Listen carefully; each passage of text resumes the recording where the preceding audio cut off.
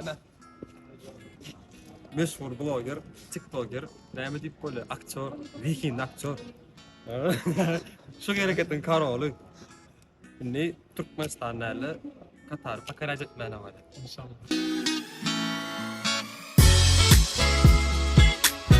Passenger request to prevent international departure lounge.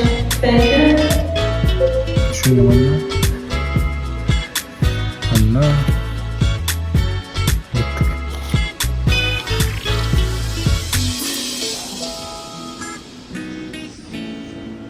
Ene daha nesi denilen samanada var ya.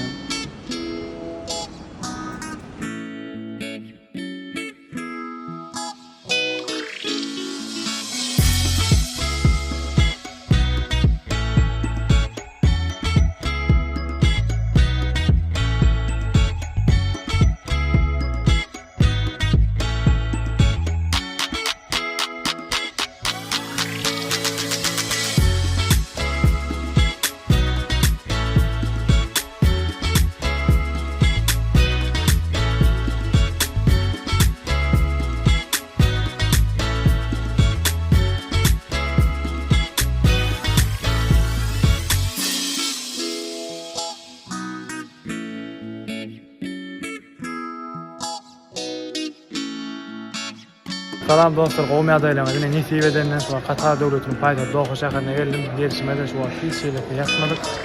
Birden eşigim çaldyk. Şu metro üçin kartymyzda pul falyat nädir? Metro bilen şäheriň merkezine gidýär. İnşallah galan şu taýda dowam edýär. Hananma. Metro minip nädir inşallah. Ýere gidýär bura.